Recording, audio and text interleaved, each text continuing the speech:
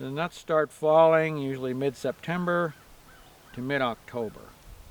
As you get farther south, it may be a little bit earlier than that, surprisingly not much earlier. So I think anywhere from early September to mid-October is the range for all the trees. An individual tree usually drops for a period of a few days, maybe up to a week. If it's really hot, dry, and sunny, then it's critical to get the nuts up off the ground and into storage as quickly as possible. It's more important to not let them dry out than it is to get them into cold storage. So even if you can get them to an area, hose them down with water, that's better than letting them dry out. And since we hand harvest from the ground, we try to get under every tree at least once every 3 days, if not more often. The pickers pick up the nuts out of the burr and put them into 5-gallon buckets. And we pay $11 to fill a 5-gallon bucket. And it's pretty common for pickers to pick 1 bucket per hour. So depending how many nuts you have on the ground, and of course the more concentrated they are on the orchard floor, the quicker the harvest will go, and the more scattered they are, the less productive they'll be. But there's about 30 pounds in a 5-gallon bucket, so one person can pick 30 pounds in an hour.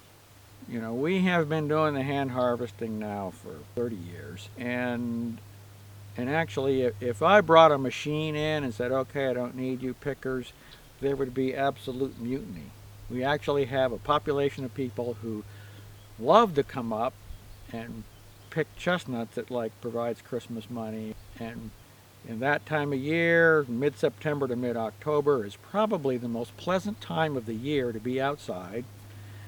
And we can get like school groups, church groups, bands, athletic teams who want to have a fundraiser. We can say, okay, you can come out on this Saturday, bring 20 or 30 people. You can make hundreds of dollars in a day, maybe even $1,000 or more. So we get groups like that. We have a lot of Amish in the area who come and harvest the crop. So it becomes more of a people management system, but people can have fun doing this.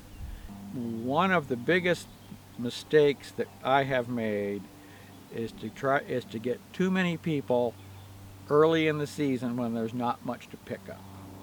So the hard thing to do is just wait until there are a lot of nuts on the ground and then get the pickers to come. Because if they can fill lots of buckets in a short period of time, they'll come back and do more. If they spend a couple hours and have a bucket of nuts and then there's no more to pick, then you tend to lose them. So the trick for me has been to just wait until there's enough to harvest and then get the picking crew to come in.